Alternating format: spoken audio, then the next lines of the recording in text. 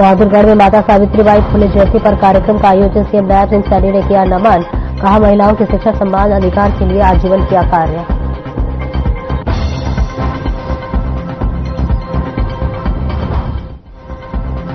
फरीदाबाद में टला बड़ा रेल हादसा, पटरी के बैंड फाड़ने होने का लोको पायलट को लगा पता। मरम्मत के बाद ट्रैक को किया गया ठीक।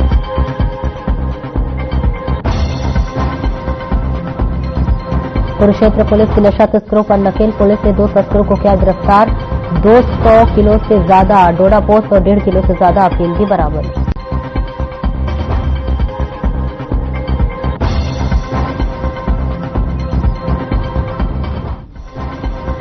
कैथल लघु सचिवालय में बिना हेलमेट एंट्री हुई बैन।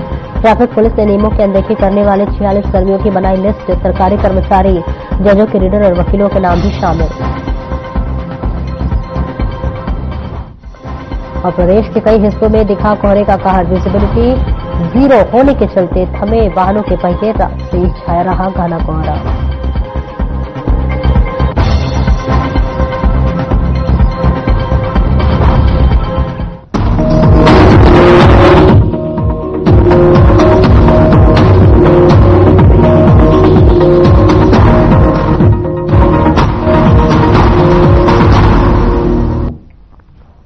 नमस्कार, स्वागत है आपका और मैं हूं आपके साथ सपना दीपक मदेशिया। बुलेटिन का आगाज करेंगे। हरियाणा सरकार में खाद्य एवं आपूर्ति मंत्री राजेश नागर ने सभी क्षेत्रवासियों को नव वर्ष का शुभकामनाएं दी हैं, जहां पर उन्होंने आज तिगांव में करोली मोड़ तिगांव से बाया बदसौला कोराली अटाली गांव तक जाने वाले सड़क के निर्माण कार्य का शुभारंभ किया, जिनका लगभग 8 करोड़ रुपए खर्च आएगा।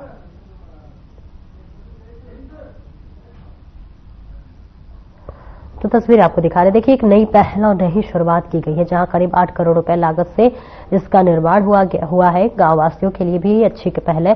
मंत्री राजेश नागर ने जनता को ये बड़ी सौगात दी है। मंत्री राजेश नागर की तरफ से जनता को ये बड़ी सौगात मिली है, जिसमें आपको बताते चले कि एक बड़ी सौगात मिलने के बाद अब जो है गांव वालों के चेहरे पर खुशी है, जहां निर्माण कार्य को लेकर जो है काम चल रहा है। सड़क के निर्माण कार्य का शुभारंभ हुआ है और इसकी लागत करीब 8 करोड़ से ज्यादा बताई जा रही है, जहां सड़क निर्माण होगा और अब इसका कार्य जो है उसका शुभारंभ कर दिया गया है और जल्द ही ये सड़क जो है वो तैयार हो जाएगी, जिसके बाद से ये बड़ी सौगात मानी जा रही है।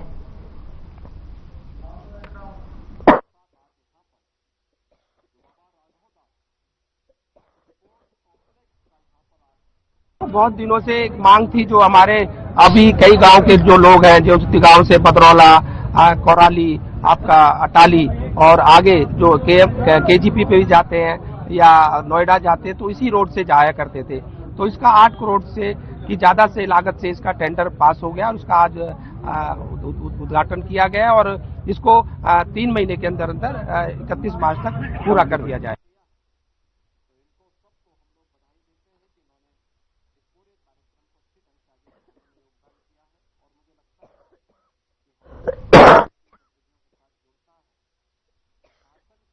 बहुत दिनों से एक मांग थी, जो हमारे अभी कई गांव के जो लोग हैं, जो तिगांव से पतरौला, कोराली, आपका अटाली और आगे जो केजीपी पे भी जाते हैं या नोएडा जाते हैं, तो इसी रोड से जाया करते थे।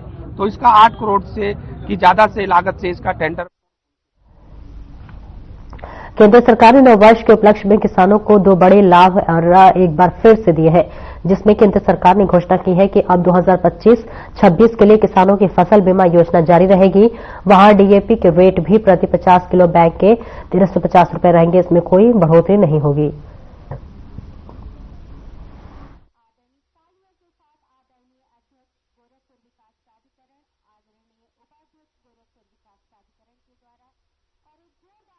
मैं कृषक के किसान हूँ जी, और जो केंद्र सरकार ने जो नई साल में जो बीमा योजना के लिए जो तोहफा दिया है, वो फसल बीमा के लिए वो बहुत ही अच्छा है जी।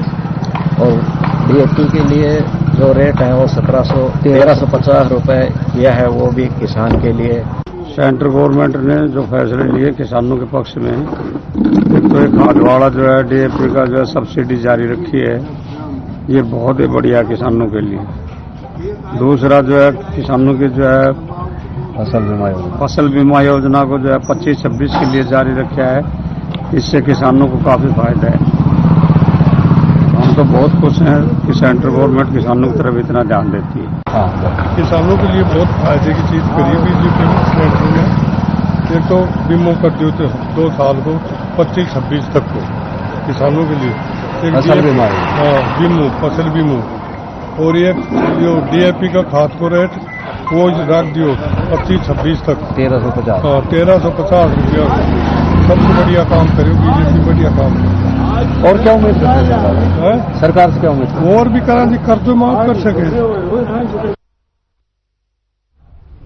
और मुंबई से देहरादून जाने वाली देहरादून एक्सप्रेसवे दुर्घटनाग्रस्त होने से बची है। बताते चले कि मेला महाराजपुर अंडरपास में कंटेनर के फंसने के कारण डाउन लाइन पूरी तरह से बेड जो हो गई थी और इसी के साथ साथ देहरादून एक्सप्रेसवे नई दिल्ली की ओर जा रही थी। लोको पायलट ने ट्रक को जब देखा तो उसने इमरजेंसी ब्रेक लगाकर गाड़ी को रोके और इस दौरान यदि ट्रेन रेलवे से निकलती तो बड़ा हादसा हो सकता था। लोको पायलट ने घटना की सूचना रेलवे के उच्च अधिकारियों को दी। सूचना मिलते ही उच्च अधिकारी मौके पर पहुंचे और धीमी रफ्तार से ट्रेन को पास कराकर मेंटेनेंस का काम शुरू कराया। रात करीब 3 बजे से बंद ट्रैक सुबह करीब 8:30 पर बहाल हो पाई है। ट्रैक के नुकसान पहुंचने के कारण सुबह के समय दिल्ली की ओर जाने वाली 1 दर्जन से ज्यादा एक्सप्रेसवे ट्रेनों का काम प्रभावित रहा।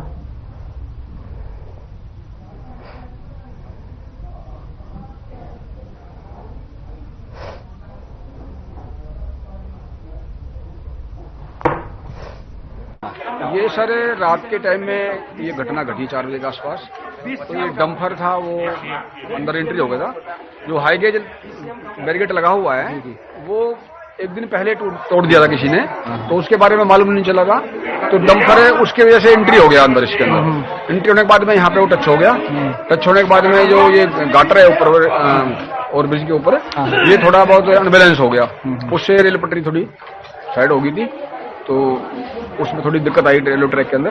बाकी अब रेलवे ट्रैक सुचारू रूप से चालू है, काम चल रहा है। तब इसकी क्या जांच पड़ताल कर रहे हैं आप? अब चलते हैं सर, फुटेज वगैरह देख रहे हैं इसकी।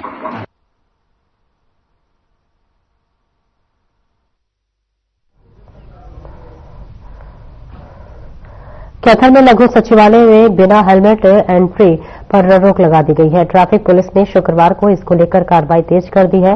पुलिस ने यातायात नियमों की अनदेखी करने वाले एक सूची तैयार की है। इसमें 46 लोगों में सरकारी कर्मचारी, जजों के रीडर और वकीलों के नाम शामिल है। ट्रैफिक पुलिस ने आज 46 कर्मियों की लिस्ट तैयार की है और इसे अब कार्रवाई के लिए डीसी को भेजा जाएगा।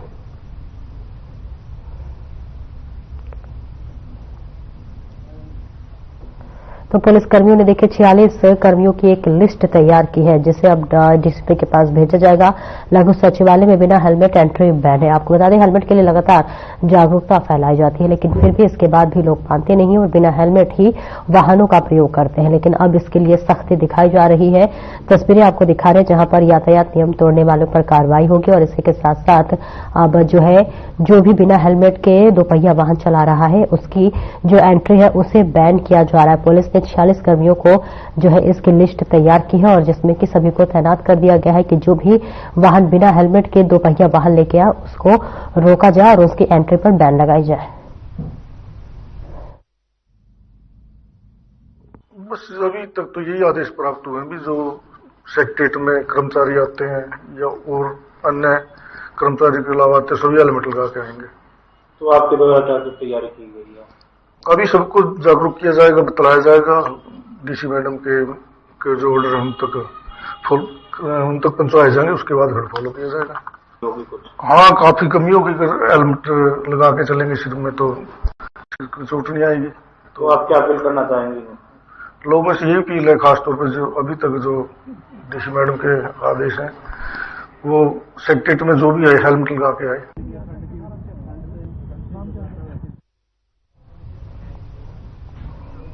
फरीदाबाद में लगातार क्राइम बढ़ रहे हैं और इस बीच नवनियुक्त पुलिस कमिश्नर सत्येंद्र कुमार गुप्ता के आने के बाद फरीदाबाद पुलिस अलर्ट मोड पर नजर आ रही है। इसी के तहत पुलिस कमिश्नर की विशेष टीम ने एक हुक्काबाद पर रेड कर मौके से 14 लड़का और लड़कियों को धर दबोचा है। बता दें इसकी सूचना साथ ही एनआईटी थाना पुलिस को और पुलिस के आला अधिकारियों को दी गई, जिसके बाद सभी ने संयुक्त रूप से कार्रवाई करते हुए एनआईटी फरीदाबाद की 5 नंबर में जो है चल रहे डाउन ट्राउट नाम से हुक्का बार जो है रेड मारी। रेड के दौरान मौके पर 8 लड़के और 6 लड़कियों को पुलिस ने काबू कर लिया है, जो कि मादक पदार्थों का सेवन कर रहे थे। वहीं आपको बता दें कि पुलिस ने लड़के लड़कियों को हिरासत में लेकर आगे की कार्रवाई शुरू कर दी है।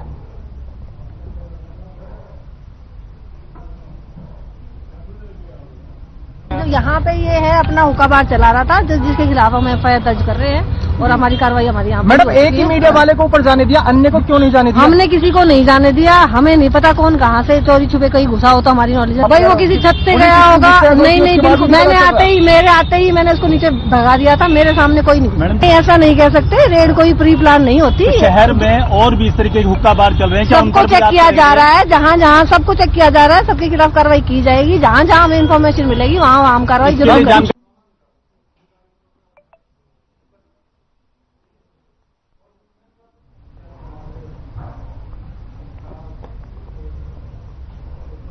खबर फरीदाबाद से है, जहां पर घरेलू रसोई गैस सिलेंडर की कालाबाजारी करने वालों पर सीएम फ्लाइंग की जो है टीम ने छापेमारी की है। छापेमारी के दौरान घरेलू गैस सिलेंडरों की कालाबाजारी करने वाले एक गिरोह का पर्दाफाश किया है। संयुक्त टीम ने मौके से कई कॉमर्शियल गैस सिलेंडर बरामद किए हैं। वहीं खाद्य एवं आपूर्ति विभाग के अधिकारियों ने गैस सिलेंडर को अपने कब्जे में ले लिया है और वस्तु अधिनियम के तहत मामला दर्ज किया है।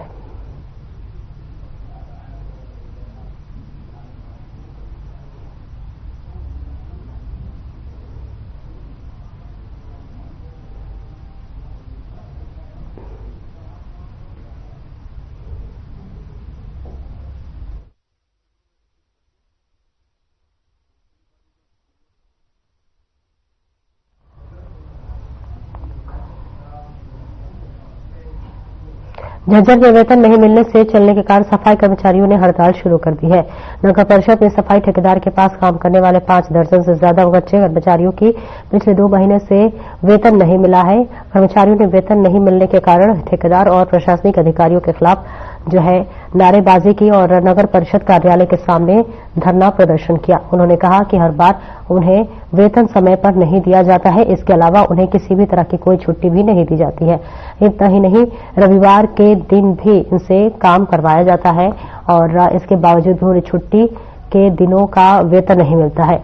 वेतन नहीं मिलने के चलते उनकी रोजमर्रा के काम में प्रभावित हो रहे हैं और इसी के साथ घर का किराया देने का और बच्चों की स्कूल फीस देने में भी असमर्थ है।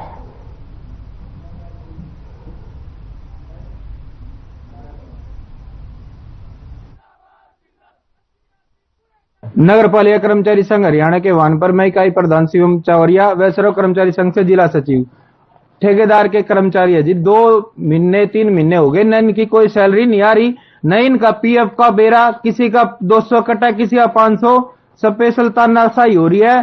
किसी कर्मचारी की तनख्वाह 10-15 की पहले आ गई तो 15 की पिछाई, सरासर कर्मचारियों के साथ शोषण किया जा रहा।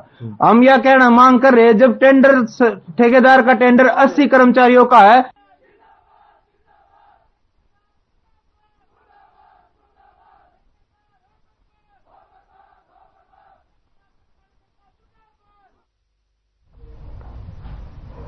बल्लभगढ़ शहर को जल्द जाम से निजात मिलेगी। आपको बता दें कि फरीदाबाद के ट्रैफिक डीसीपी जसप्रीत कौर का दरअसल आज डीसीपी ट्रैफिक जसलीम कार ने बताया है कि जो है निगम बॉर्डर कमिश्नर और रोडवेज सीएम के साथ निरीक्षण किया है और अर्ध अधिकारियों के साथ सितंबर मिलकर शहर और जाम से कैसे निजात मिले उसको लेकर योजना तैयार की है। रोड के ऊपर खड़े होकर सवारियां भरने वाले ऑटो और प्राइवेट बस पर कैसे लगाम लगाया जाए, इस विषय पर भी चर्चा की गई थी।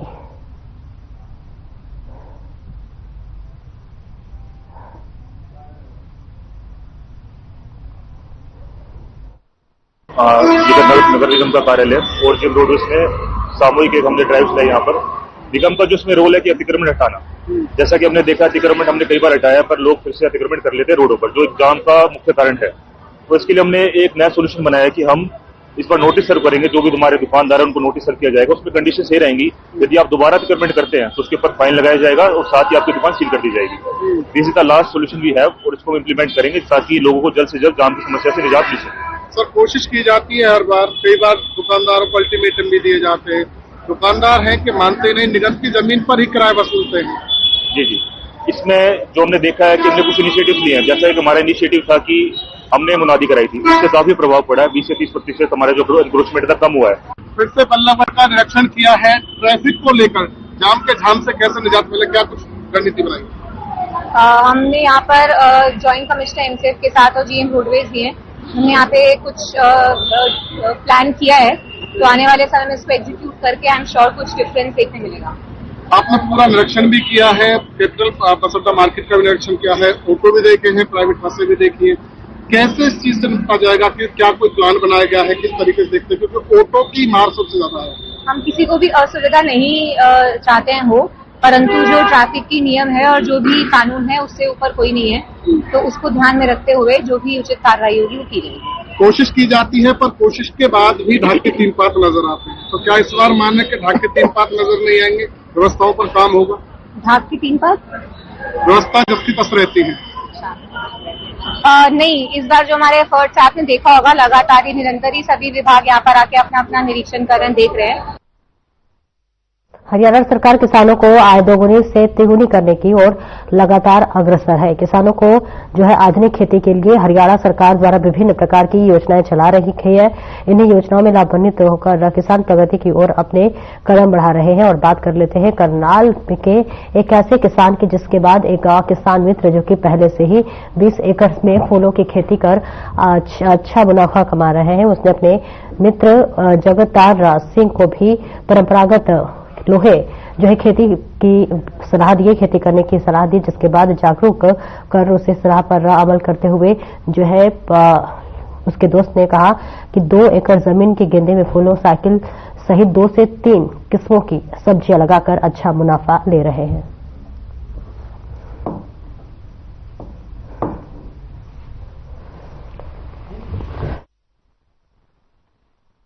ये जी 9वें महीने में लगाया था, काफी वैसे 4-5 साल से लगा रहे हैं। पहले गांव सलारू का हूं मैं, जिला मेरा करनाल है, तो 5 साल से लगा रहे हैं हम। तो ये 4-5 महीने की खेती है। गर्मी में लड्डू फूल लगता है, तो जैसे हम जीरी गेहूं पर लगाते थे उसमें 6 महीने के बाद पैसे आते हैं, इसमें 7 पैसे आने शुरू हो जाते हैं। तो उसमें पानी का नुकसान भी बहुत ज्यादा होता है, पानी का बुरा हाल है। हरियाणा पंजाब में पानी है और किसी में पानी भी नहीं है, तो इसलिए इसमें धनिया भी लगाया था। जीरी काट के धनिया लगा के इसमें फूल लगा दिए थे बीच में। 2-3 फसलें हो जाती हैं। इसके बाद इसको बहा के फिर मक्की भी हो सकती है गेहूं से बराबर में। पहले ये धान लगाते थे, गेहूं बोते थे, उसमें खास इतना लाभ नहीं होता कि 6 महीने के बाद पैसा आता था। अब मेरे बेटे कभी धनिया लगाते हैं, कभी पालक, कभी सरसों और कभी अब फूल लगा रखे हैं। इनमें बहुत फायदा है। इनमें एक हफ्ते में कम से कम 10,000 का, 7,000 का, कभी 5,000 का फायदा हो जाता है। इसमें हमें बहुत लाभ है। और ये कम से कम भी 3 महीने पहले पेड़े लगाए थे, अब ये तैयार हो गए हैं। अब 2 बार अभी हमने उतार लिए हैं। उनमें कुछ थोड़े उतरे हैं कि बारिश से बदल थे। अब आगे आगे ये फूल बहुत ज्यादा उतरेंगे।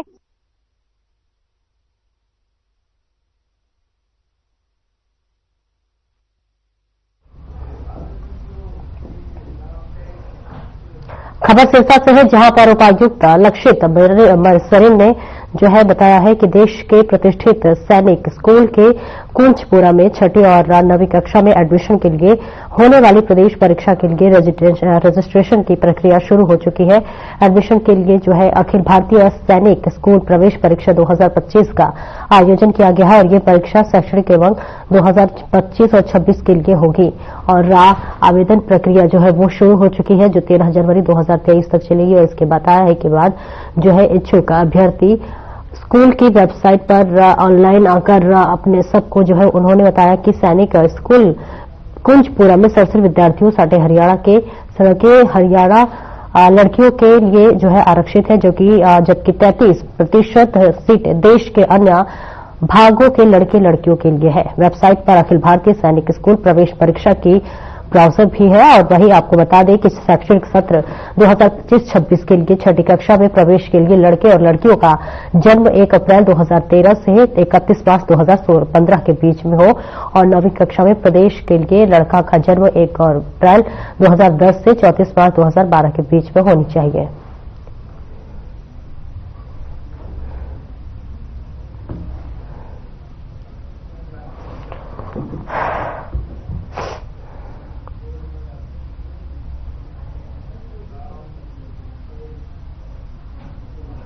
कुरुक्षेत्र का कस्बा शाहबाद महिला हॉकी के हब के लिए साथ साथ ताइक्वांडो के बीच क्षेत्र में महत्वपूर्ण स्थान हासिल करता जा रहा है।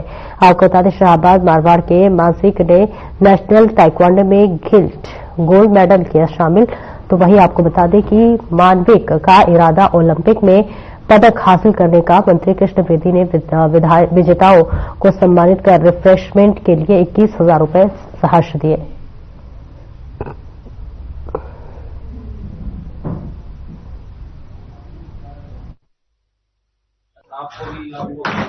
ताइक्वांडो खेलते हो, क्या खेलते हो, कहाँ से मेडल? Taekwondo national gold. और आपने क्या जीता है? गोल्ड। तो आगे क्या करने का मन है अब? ओलंपिक खेलने का है। सुल्तान जी नेत्रवानी।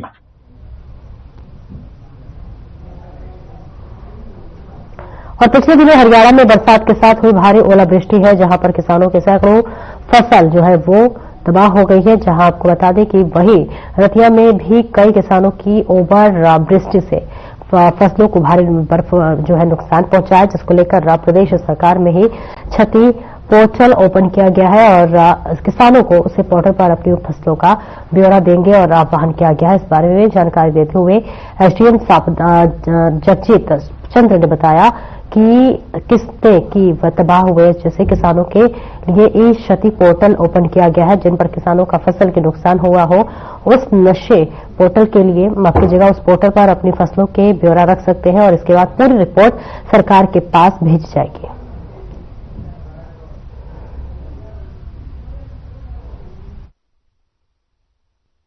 इसमें जो क्षतिपूर्ति पोर्टल है वो हमारा अभी मैंने तहसीलदार से रिपोर्ट ली है तो वो ओपन हो चुका है। उसके अंदर जिस भी किसान भाई का अगर इसमें खराब हुआ है तो वो उस पर अपना अप्लाई करे, उसके बाद उनका रकबा जो भी है उसको वेरीफाई करवा दिया जाएगा पटवारी से। अभी तो 14 एकड़ का बता रहे हैं कि अब तक तो 14 एकड़ का ही पोर्टल पर आया है, उसको वेरीफाई करवाने लग रहे हैं। जैसे और आएगा उसको साथ साथ करवा दिया जाएगा।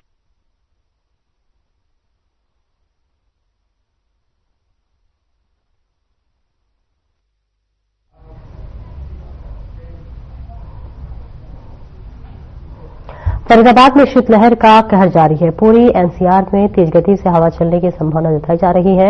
वहीं बीते दिनों रात भी सर्द हवाओं में ठिठुरन बढ़ाई गई, जहां शुक्रवार सुबह न्यूनतम तापमान 7 डिग्री सेल्सियस से वहां किया गया है दर्ज, जहां पर कोहरे के कारण काफी लोगों के जो है वाहन चलाने में जो है दिक्कतें हो रही है। इस कोहरे की वजह से गाड़ियों की जो गति है वो बहुत धीमी है।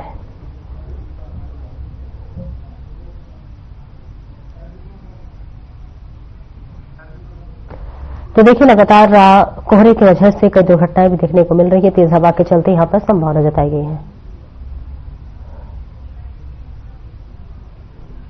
ठीक है, फसल के लिए अच्छा है। जहां इसके कुछ नुकसान है तो फायदे भी है, होनी चाहिए, धुंध भी होनी चाहिए। नुकसान क्या है, फायदे? नुकसान जैसे आवागमन में दिक्कत होती है, हमारी सब्जी की फसल है, सरसों है, उसमें भी नुकसान बनता है, लेकिन गेहूं के लिए अच्छा है। गेहूं की फसल के लिए अच्छा है। और साथ साथ किसानों को रात के समय में परेशानी भी होती है। ये आवारा पशु हैं, जैसे गाय है, ये आवारा गाय हैं जो ये किसानों की फसल को नष्ट कर देती हैं। तो रात में अगर किसान इनको हटाने के लिए जाते हैं तो दिखाई भी नहीं देता, दिखाई नहीं देता। भाई ऐसा इस धुंध के नुकसान भी हैं और फायदे भी हैं। नुकसान तो ये है कि जो आवागमन है, जो अपना ट्रैफिक है, उसमें दिक्कत आती है, एक्सीडेंट भी होते हैं। किसानों के लिए जैसे गेहूं की फसल है, गेहूं की फसल में वाकई फायदा होगा। सरसों है, सरसों में नुकसान होता है और ये सब जरूरी है, पड़नी भी चाहिए। धुंध अच्छी बात है। सब मौसम तो हमारे यहाँ सारे ठीक है, सब होने भी चाहिए। गर्मियों में गर्मी, सर्दियों में सर्दी, तो अच्छी बात है, इससे फसल को भी फायदा है। ठीक लग रहा है, गेहूं के लिए बढ़िया है और आवागमन के लिए नुकसान भी है। सरसों है, सब्जी है, उसमें इसका नुकसान भी है। नुकसान है। नुकसान भी जिस तरीके से लग रहा था कि मौसम में तब्दीली एकदम तुरंत, और कहीं ना कहीं सुबह उठ के देखा तो कोहरा है। मौसम तो बदलेगा ही जी, अब ठंड का टाइम है, इससे ज्यादा और क्या होगा। जनवरी चल गई अब तो। फिलहाल इस मिनट में इतना ही। नमस्कार।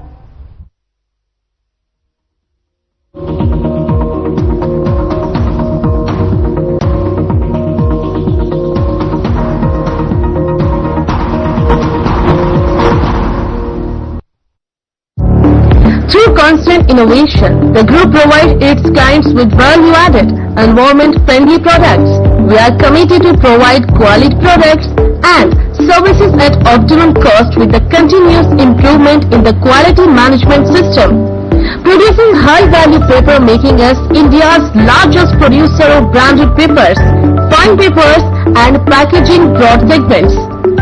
Focused on customers in all our operations. Hence, extensive investments are made towards people and people practices. KRPL world's leading eco-friendly paper from agro residue. सनातन धर्म की यशस्वी गाथा का बज उठा है बिगुल। संसार के सबसे बड़े मेले में जुटने का आप सभी को सादर आमंत्रण। प्रयागराज महाकुंभ 2025 में उतर चुका है सनातनी हिंदुओं का अथाह जन सैलाब। त्रिवेणी के तट पर धर्म, आध्यात्म और संस्कृति का अद्भुत संगम। ध्यान मग्न साधु सन्यासियों का मनोरम दृश्य और नागा साधुओं के विशेष आकर्षण के बीच हरि नाम का निरंतर सुमिरन। ऐसे दिव्य और आध्यात्मिक वातावरण में 13 जनवरी से 26 फरवरी तक मां गंगा, यमुना और सरस्वती की पवित्र धारा के बीच डुबकी लगाने चले आए प्रयागराज महाकुंभ, जहां आपके स्वागत में हम भी हैं तैयार। आपके प्रवास के लिए मेला परिसर में लग्जरी शिविरों की उत्तम व्यवस्था की गई है। हवन यज्ञशाला के साथ आप यहां महात्माओं का सानिध्य प्राप्त कर सकते हैं। उनके श्रीमुख से मोक्षदायी समुद्र मंथन की कथा का रसवादन कर सकते हैं। संपन्न सुरक्षा व्यवस्था के बीच यहाँ आपके जलपान की उत्तम व्यवस्था की गई है। शुद्ध सात्विक और स्वादिष्ट भोजन ग्रहण करके आप अवश्य ही तृप्ति का अनुभव करेंगे। तो क्या सोच रहे हैं? अपने भाग्य को सौभाग्य में बदलें। प्रयागराज महाकुंभ 2025 का हिस्सा बने। आपकी आध्यात्मिक यात्रा को सुखद और सहज बनाने के लिए हम भी तैयार। हमें अपनी सेवा का अवसर दें। बुकिंग के लिए कॉल करें।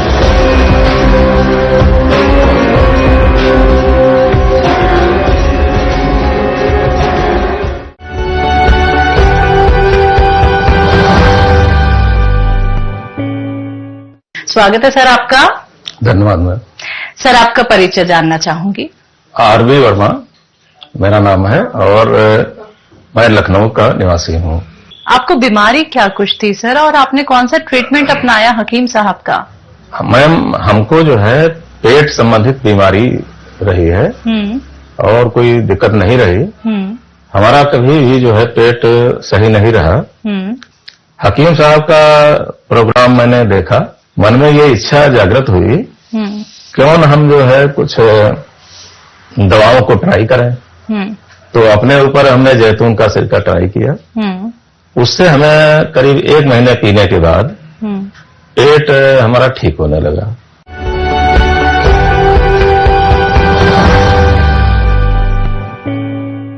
क्या रंग खिला, क्या रूप सजा, मैं ही नहीं दुनिया ने कहा।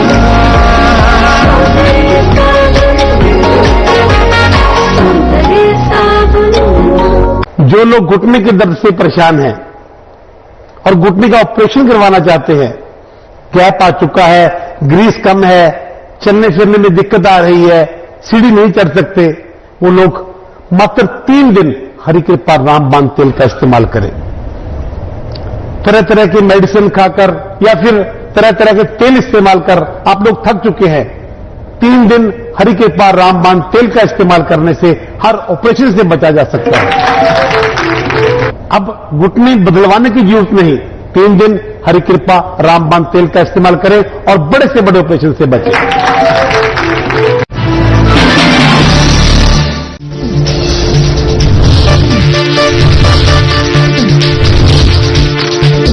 साधना इंस्टीट्यूट के छात्र हर साल नए नए जगहों पर नए नए संस्थानों पर काम करने के लिए जाते हैं, उन्हें प्लेसमेंट मिलता है और साथ ही साथ वो संस्थानों का और साधना इंस्टीट्यूट का नाम भी रोशन करते हैं। तो अगर आप इलेक्ट्रॉनिक मीडिया मास कम्युनिकेशन में अपना करियर बनाना चाहते हैं तो साधना इंस्टीट्यूट आपके लिए एक सबसे बढ़िया विकल्प है।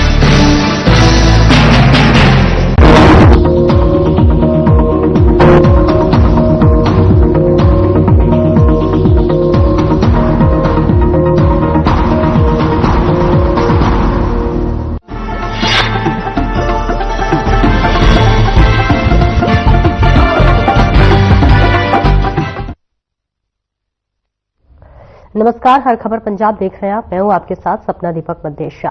बुलेटिन का आगाज करेंगे। पंजाब में ठंड के साथ साथ कोहरे का प्रकोप जारी है, जिसको लेकर पंजाब सरकार ने 8 तारीख तक स्कूल बंद करने के आदेश दिए हैं। वहीं लोग ठंड से बचने के लिए गर्म कपड़े और आग का सहारा ले रहे हैं। कोहरे की वजह से नेशनल हाईवे पर 50 से लेकर 100 तक विजिबिलिटी रिकॉर्ड की गई है, जिस वजह से वाहनों की रफ्तार कम हो गई है। अगर आप सुबह सुबह घर से बाहर निकलेंगे तो सोच रहे हैं तो इसका परहेज करें।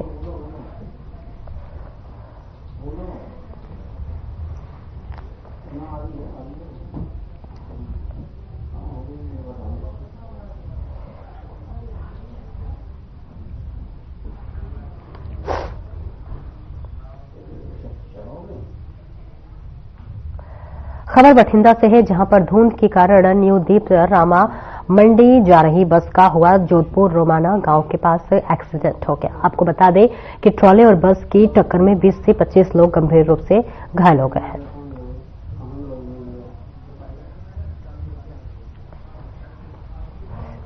तस्वीरें आपको दिखा रहे हैं, जहां पर देखिए ठंड का प्रकोप है वो लगातार दिखाई दे रहा है, जिस वजह से बस और ट्रॉले में यहां जोरदार टक्कर हो गई है, जिसमें कई लोग गंभीर रूप से घायल हो गए हैं। उन्हें चोट लग गई, उन्हें अस्पताल में भर्ती कराया गया है और उनका वहां पे उपचार चल रहा है। कोहरे की वजह से यह हादसा हुआ है। सुबह सुबह ठंड की वजह से लगातार कोहरे की वजह से लगातार लोगों को दिक्कतों का सामना करना पड़ रहा है। ऐसे में देखिए बस और ट्रॉले में जोरदार भिड़ंत हुई है, जिसमें कई लोग घायल हो गए हैं। उन्हें उपचार के लिए हॉस्पिटल में भर्ती कराया गया है, जहां पर उनका इलाज जारी है। आपको बताते चले कि लगातार विजिबिलिटी कम होने की वजह से वाहनों में लगातार टक्कर होना लाजमी है और ऐसे में कई तरह के प्रकोप देखने को मिल रहे हैं, जहां इसका एक और बानगी देखने को मिला है।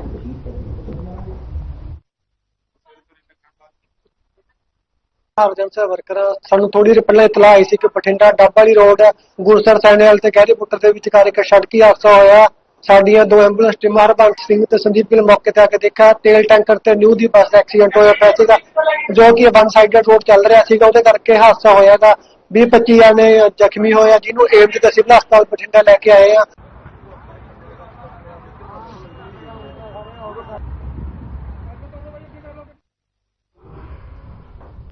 पंजाब पुलिस और यूपी पुलिस की गुरदासपुर के कलानूर इलाके के रहने वाले 3 युवकों के बीच हुई है, जहां पर मुठभेड़ बताकर पुलिस ने खुलासा किया है कि तीनों युवकों ने पुलिस चौकी पर ग्रेनेड फेंके। घटना के बारे में उन तीनों युवकों के अंतिम संस्कार के दौरान मृतक युवकों गुरविंदर सिंह, वरिंदर सिंह और जश्नप्रीत सिंह के परिवार ने कहा कि उनके बच्चे निर्दोष थे और पुलिस ने जो किया है गलत किया है। वे परिवारों ने उस मुठभेड़ की जांच की अपील की और इस मौके पर कालानूर जनाजे में शामिल हुए। शिरोमणि अकाली दल अमृतसर के अध्यक्ष श्री राम मंजीत जो है सिंह मान और अमृतपाल सिंह के पिता त्रिलोक सिंह ने भी पुलिस पंजाब को एक सवाल उठाया है, जहां पर उसे गिरफ्तार कर कोर्ट पे पेश किया जाना चाहिए था।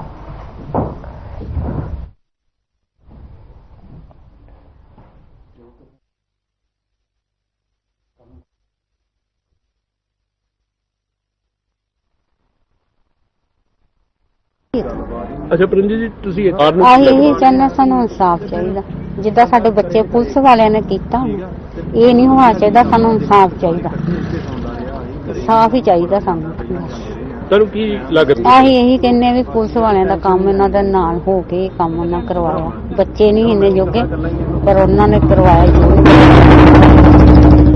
ਠੀਕ ਹੈ ਨਾ, ਹੁਣ ਸਾਨੂੰ ਬਸ ਹੋਰ ਕੁਛ ਨਹੀਂ, ਸਾਨੂੰ ਇਨਸਾਫ ਹੀ ਚਾਹੀਦਾ। ਜਦੋਂ ਉਹ ਬੱਚੇ ਦੀ ਲਾਸ਼ ਆਈ ਸੀ ਬਸ ਹੁਣ ਪਾਇਆ ਉਦੋਂ ਲੱਗਦਾ ਕੀ ਸੀ ਵੇਖ ਕੇ? ਮੈਂ ਤੁਹਾਨੂੰ ਦੱਸਾਂ ਹੁਣ ਮੇਰੇ ਇੰਨੇ ਜੋਗੀ ਨਹੀਂ ਨਾ, ਮੇਰੇ ਦਿਲ ਤੇ ਬੜਾ ਉਹ ਆ, ਪਰ ਮੈਂ ਹੁਣ ਕਹਿੰਦੀ ਆ ਵੀ ਸਾਨੂੰ ਇਨਸਾਫ ਚਾਹੀਦਾ ਬਸ। ਕੋਈ ਗੋਲੀ ਕਾਲੀ ਨਹੀਂ, ਇਹ ਕਹਿੰਦੇ ਗੋਲੀ ਲੱਗੀ, ਕੋਈ ਗੋਲੀ ਨਹੀਂ। ਸਾਰੇ ਦੇਖ ਆਹੀ ਪ੍ਰਕਾਸ਼ ਸਰਚ ਕੀਤਾ ਉਹਦਾ ਆਸਾ ਪਾਸਾ ਪਲਟਿਆ, ਕੋਈ ਗੋਲੀ ਦਾ ਨਿਸ਼ਾਨ ਨਹੀਂ, ਗੋਲੀ ਨਹੀਂ ਲੱਗੀ। ਸਾਡੇ ਨਾਲ ਹੋਇਆ ਧੱਕਾ, ਠੀਕ ਹੈ। ਸਾਡੇ ਬੇਟੇ ਮਾਰੇ ਗਏ ਨੇ ਕਾਊਂਟਰ 'ਚ, ਪੁਲਿਸ ਨੇ ਕਿੱਦਾਂ ਮਾਰੇ ਕੀ ਕੀਤਾ ਸਾਨੂੰ ਕੋਈ ਪਤਾ ਨਹੀਂ ਗਾ। ਇਸ ਕਰਕੇ ਸਾਨੂੰ ਅਸੀਂ ਮੰਗ ਕਰਦੇ ਆ ਵੀ ਇਹ CBI ਜਾਂਚ ਹੋਣੀ ਚਾਹੀਦੀ ਹੈ। ਸਾਡੀ ਉਹੀ ਬੇਨਤੀ ਹੈ ਵੀ ਸਾਨੂੰ ਇਨਸਾਫ ਮਿਲਣਾ ਚਾਹੀਦਾ। ਘਰੋਂ ਤੇ ਆਮ ਹੀ ਤਰ੍ਹਾਂ ਰੋਜ਼ ਅੱਗੇ ਰੋ ਜਾਂਦਾ ਘਰੋਂ, ਕਿਹੜਾ ਵੀ ਨਵਾਂ ਜਾਣਾ ਸੀ। ਅੱਗੇ ਦੇ ਘਰੋਂ ਜਾਂਦਾ ਸੀ ਤੇ ਉਦੋਂ ਵੀ ਘਰੋਂ ਹੀ ਗਿਆ, ਤੁਹਾਨੂੰ ਪਤਾ ਵੀ ਬਾਅਦ ਚ ਨੇ ਬਸ ਘਰ ਨਹੀਂ ਹੋਣਾ। ਕੋਈ ਗੱਲਬਾਤ ਹੁੰਦੀ ਹੈ ਜਾਓ, ਜੇਕਰ ਦੂਰ ਜਾਣਾ ਹੀ, ਠੰਡ ਦਾ ਮੌਸਮ ਹੈ ਤੇ ਦੂਜਾ ਜਗ੍ਹਾ ਪਾ ਕੇ ਜਾਂਦਾ, ਕੋਟ ਪਾ ਕੇ ਜਾਂਦਾ, ਪੈਰੀ ਬੂਟ ਪਜਾਮਾ ਪਾ ਕੇ ਜਾਂਦਾ, ਚੱਪਲ ਪਾ ਕੇ ਗਿਆ ਆ। ਉਹ ਤੇ ਆਪਾਂ ਨੂੰ ਪਹਿਲਾਂ ਪਤਾ ਕਿ ਇੱਥੇ ਕੀ ਹੁੰਦਾ ਰਿਹਾ। ਇਹ ਕੋਈ ਨਵੀਂ ਗੱਲ ਨਹੀਂ ਅੱਜ ਹੋਈ ਕਿ ਠੀਕ ਹੈ ਕਿ ਉਹਨਾਂ ਨੇ ਕਿਹੜੇ ਤਰੀਕੇ ਨਾਲ ਉਹਨਾਂ ਨੂੰ ਕੋ ਕੇ ਮਾਰਿਆ, ਕੀ ਕੀਤਾ ਤੇ ਮਗਰੋਂ ਕੀ ਦਿਖਾਇਆ। ਮੁਕਾਬਲੇ ਵਾਲੀ ਤੇ ਮੈਨੂੰ ਤਾਂ ਲੱਗਦਾ ਨਹੀਂ ਕੋਈ ਗੱਲ ਕਿ ਮੁਕਾਬਲਾ ਹੋਇਆ ਹੋਵੇ ਤੇ ਕੋਈ ਉਹ ਜੋ ਕਿਤੇ ਸੱਚੇ ਮੁਕਾਬਲੇ ਹੁੰਦੇ ਰਹੇ ਤਾਂ ਉਦੋਂ ਪਤਾ ਲੱਗਦਾ ਸੀ ਕਿ ਮੁਕਾਬਲਾ ਹੋਇਆ। ਇਹ ਤਾਂ ਐਵੇਂ ਇੱਕ ਕਹਾਣੀਆਂ ਬਣਾਈਆਂ ਜਾ ਰਹੀਆਂ, ਪੁਲਿਸ ਵੱਲੋਂ ਝੂਠੀਆਂ ਘੜ ਕੇ ਤੇ ਆਪਣੇ ਆਪ ਨੂੰ ਸਹੀ ਸਾਬਤ ਕਰਨ ਦੀ ਕੋਸ਼ਿਸ਼ ਕੀਤੀ ਜਾ ਰਹੀ ਹੈ। ਉਹ ਨੌਜਵਾਨਾਂ ਨੂੰ ਜਿਹੜੇ ਨਿਰਦੋਸ਼ ਸੀ ਉਹਨਾਂ ਨੂੰ ਦੋਸ਼ੀ ਬਣਾਉਣ ਦੀ ਕੋਸ਼ਿਸ਼ ਕੀਤੀ। ਜਾਂਚ ਤੁਸੀਂ ਸਮਝਦੇ ਹੋ ਕਿ ਅਸੀਂ ਸੋਚਦੇ ਕਿ ਇਹਨਾਂ ਨੂੰ ਸਾਡੀਆਂ ਸੰਸਥਾਵਾਂ, ਸ਼੍ਰੋਮਣੀ ਕਮੇਟੀ ਆ, ਉਹਨੂੰ ਕੋਈ ਰਿਟਾਇਰ ਜੱਜਾਂ ਦੀ ਕੋਈ ਬਣਾ ਕੇ ਕਮੇਟੀ ਬਣਾ ਕੇ ਕੋਈ ਕਮਿਸ਼ਨ ਬਣਾ ਕੇ ਉਹਦੀ ਜਾਂਚ ਕੀਤੀ ਜਾਣੀ ਚਾਹੀਦੀ ਆ ਕਿ ਜੋ ਇਸ ਚੀਜ਼ਾਂ ਤੇ ਕੋਈ ਜਿਨ੍ਹਾਂ ਨੇ ਦੋਸ਼ ਕੀਤਾ ਉਹਨਾਂ ਨੂੰ ਸਜ਼ਾ ਮਿਲੇ ਤੇ ਆਉਣ ਵਾਲੇ ਸਮੇਂ 'ਚ ਇਸ ਚੀਜ਼ ਤੇ ਰੋਕ ਲੱਗੇ। ਪੁਲਿਸ ਕਹਿੰਦੀ ਹੈ ਸਾਨੂੰ ਸਾਰਾ ਕੁਝ ਪਤਾ ਸੀਗਾ ਤੇ ਫਿਰ ਜੇ ਪਤਾ ਸੀਗਾ ਇਹਨਾਂ ਨੂੰ ਪਹਿਲਾਂ ਫੜਿਆ ਕਿਉਂ ਨਹੀਂ? ਫਿਰ ਗ੍ਰਨੇਡ ਕਿੱਥੋਂ ਆਈ? ਗ੍ਰਨੇਡ ਆਉਣ ਦਾ ਪੋਲੀਟੀਕਲ ਮੋਟਿਵ ਕੀ ਹੈ? ਕੌਣ ਹੈ ਇਹਦੇ ਪਿੱਛੇ? ਇਹ ਤਾਂ ਸਾਨੂੰ ਦੱਸਦੇ ਨਹੀਂ ਤੇ ਨਾ ਕੋਈ ਮਰਿਆ ਗ੍ਰਨੇਡ ਸਿੱਟਣ ਤੇ 3 ਸਾਡੇ ਨੌਜਵਾਨ ਸ਼ਹੀਦ ਕਰ ਦਿੱਤੇ ਹੈ। ਇਹ ਤਾਂ ਬੜੀ ਅਜੀਬ ਗੱਲ ਹੈ। ਇਹ ਤਾਂ ਪੁੱਛਣ ਵਾਲੀ ਹੈ ਸਰਕਾਰ ਨੂੰ।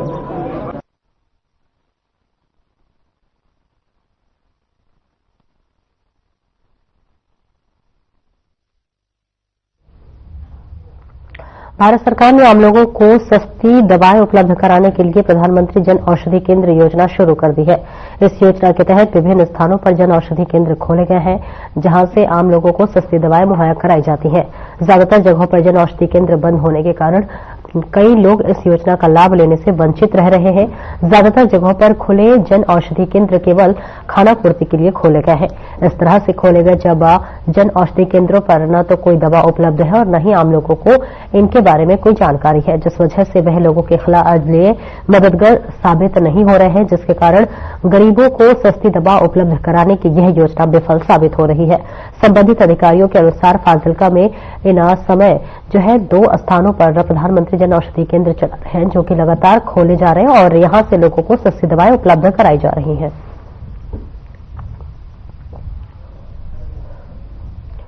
फाजिल्का में देखिए जन औषधि केंद्र बंद पड़े हैं। लोगों को जो सस्ती दवाई सरकार की तरफ से दी जाती है वो उसकी सुविधा नहीं उठा पा रहे। योजना के लाभ से लगातार जो गरीब लोग हैं वो वंचित होते हुए नजर आ रहे हैं। आपको बताते चले कि सरकार की तरफ से जन औषधि केंद्र खोलकर तमाम उन तबके के लोगों को जो कि दवाई अपनी सस्ते दामों में खरीद सकते हैं, जिस वजह से ये योजना चलाई गई। लेकिन इस बीच फाजिल्का से तस्वीरें आपको दिखा रहे हैं जहां पर जन औषधि केंद्र जो है वो बंद पड़े हैं और जो खुले भी हैं वो वहां पर दवाइयां या तो खत्म है या फिर लोगों को इस बारे में जानकारी नहीं है, जिस वजह से सरकार की जो ये योजना है वो विफल होती हुई नजर आ रही है।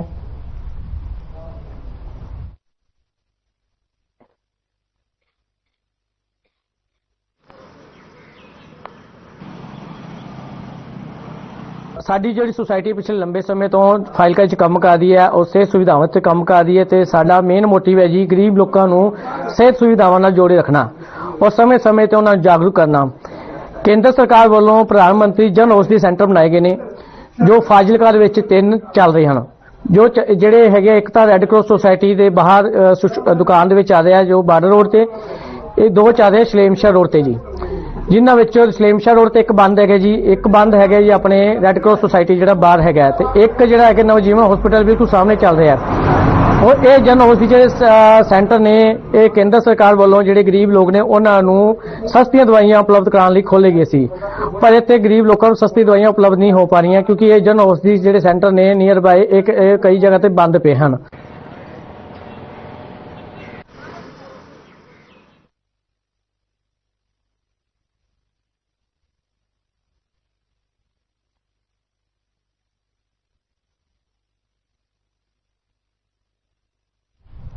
और कोहरे की सफेद चादर से ढके हरमिंदर साहिब के मनमोहक दृश्य की तस्वीरें सामने आई हैं, जहां समस्त जो है संगत भी बिना धुंध के गुरु के पर माथा टेकने पर पहुंच रहे हैं। आपको बता दें कि गुरु नगरी अमृतसर में पिछले 2 दिनों से घना कोहरा पड़ रहा है, जिससे यातायात भी प्रभावित हो रहा है।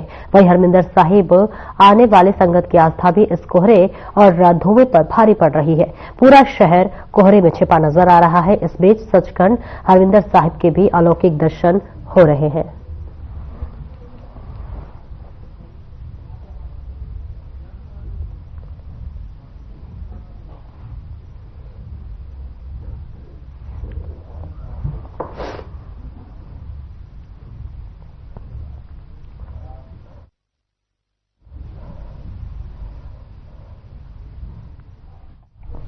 नए साल के उपलक्ष्य में आज बॉलीवुड के सुपरस्टार सुनील शेट्टी आज सचखंड श्री हरमिंदर साहिब में नतमस्तक हुए नजर आए, जहां पर आपको बता दें उन्होंने वाहे गुरु का आशीर्वाद प्राप्त किया और शरबत के वाले में कामना की। और इसी के साथ मौके पर उन्होंने मीडिया को बात करते हुए कहा कि जब भी इस जगह पर पहुंचता हूं मुझे एक अलग सा सुकून मिलता है। इस नए साल के आगमन पर मुझे दर्शन करने का मौका मिला। पंजाबी गायक दिलजीत दोसांझ के बारे में बोलते हुए उन्होंने कहा कि दिलजीत बहुत ही अच्छा काम कर रहे हैं।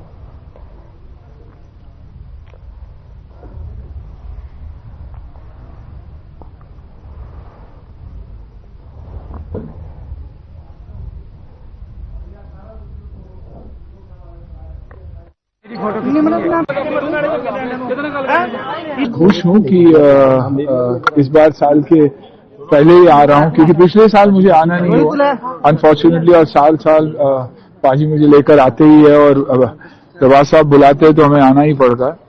और इस बार खुश हूँ कि 2 तारीख को ही पहुंच गया और मतलब साल भर अच्छा ही जाएगा उनके आशीर्वाद से। हमेशा मुझे एक बहुत ही पावरफुल फीलिंग आती है जब यहाँ आता हूँ, एक अलग से खुशी, अलग सी शांति। गुरु घर में आते हैं, हर साल आते हैं, इस बार कोई खास विश लेकर आए हो? यही कि सबके लिए अच्छा हो, सबका सेहत अच्छा हो, हेल्थ सबका अच्छा रखे, और बस और कुछ नहीं मांगता, कभी नहीं मांगता, बस माथा टेक कर चला जाता हूँ। अच्छा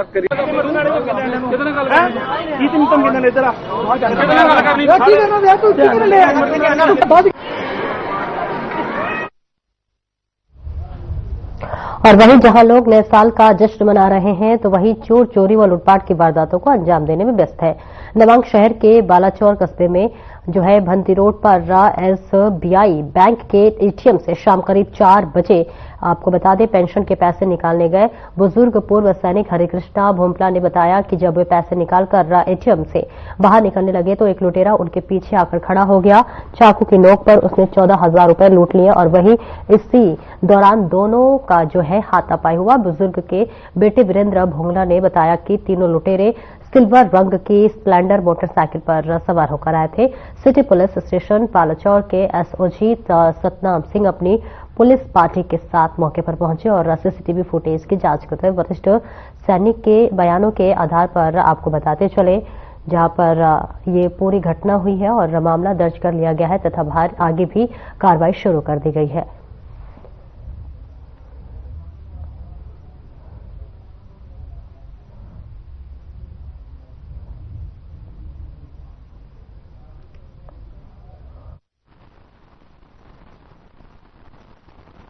एक क्या बोलते हैं छुरा दिखा के उन्हें हाथी च बड़ा जा छुरा दिखा के उन्हें 14,000 रुपए फादर साहब से लूट लाए।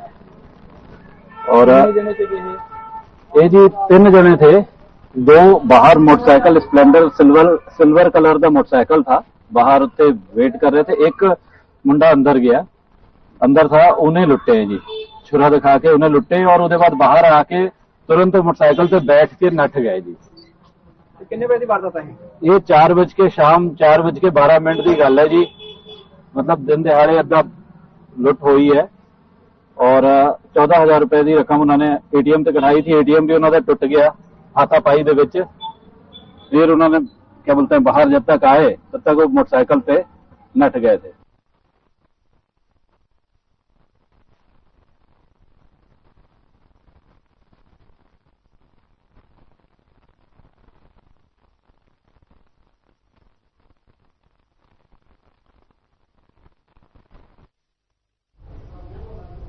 नंगल में भाखड़ा ब्यास प्रबंधन बोर्ड द्वारा संचालित बीबीएमबी अस्पताल के एक डॉक्टर द्वारा शराब पीकर महिला कर्मचारियों के साथ दुर्व्यवहार करने का मामला प्रकाश में आने के बाद अस्पताल स्टाफ और बीबीएमबी कर्मचारी संगठन सदस्यों प्रतिनिधियों ने बीबीएमबी नंगल के मुख्य अभियंता के कार्यालय पर विरोध प्रदर्शन किया। इस घटना के विरोध में भवन के बाहर विरोध प्रदर्शन किया गया। इस मौके पर इन लोगों ने एकीकृत होकर बीबीएमबी के मुख्य अभियंता विशेषकर बैठक के तथा मांग की और उनको डॉक्टर को जल्द से जल्द सेवा से हटाया जाए। और इस संबंध में बीबीएमबी के चीफ इंजीनियर सीपी सिंह ने बताया कि मामला इनके संज्ञान में आया है और उन्होंने तुरंत एसएसएमओ को जो है सीबीएमसी की जो है अस्पताल में कार्रवाई करने के लिए कहा है और पूरी मामला उच्च अधिकारियों को भेज दिया है ताकि उच्च अधिकारी जो है उचित कार्रवाई कर सके।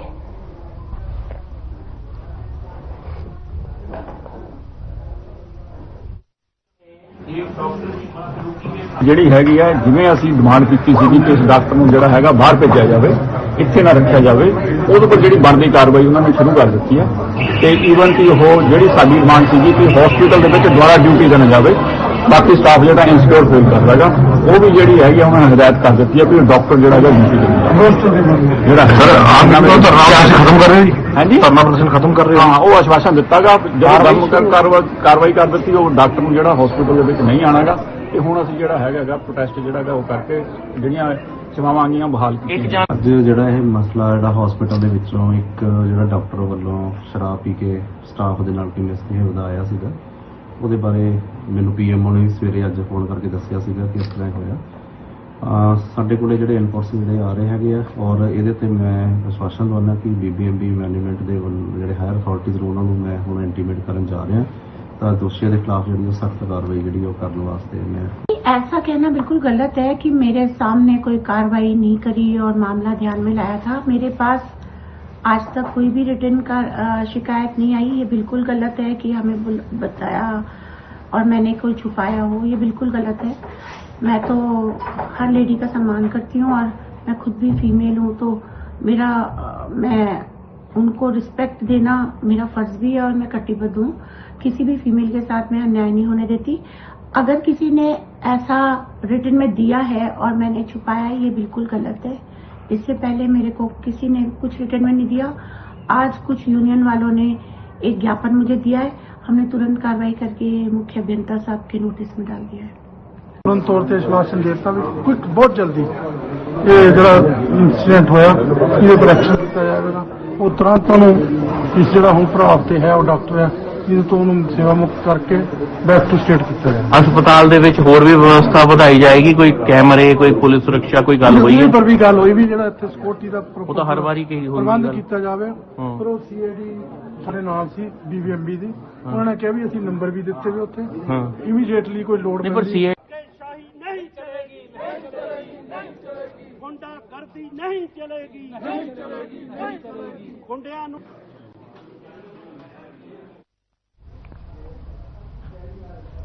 अमृतसर के डीएवी कॉलेज में नशे के खिलाफ जागरूकता रैली का आयोजन किया गया, जिसमें अमृतसर के पुलिस कमिश्नर गुरप्रीत सिंह भुल्लर ने मुख्य अतिथि के तौर पर शिरकत की।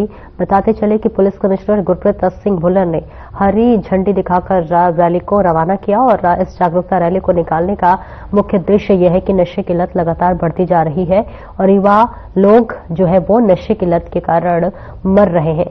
पुलिस कमिश्नर ने बच्चों को नशे के खिलाफ जागरूक करने का संकल्प दिलाया, जिसमें बड़ी संख्या में कॉलेज के बच्चों द्वारा नशा विरोधी रैली का आयोजन किया गया, जो कि अमृतसर के विभिन्न बाजारों से होते हुए लोहगढ़ गेट पर समाप्त होगी।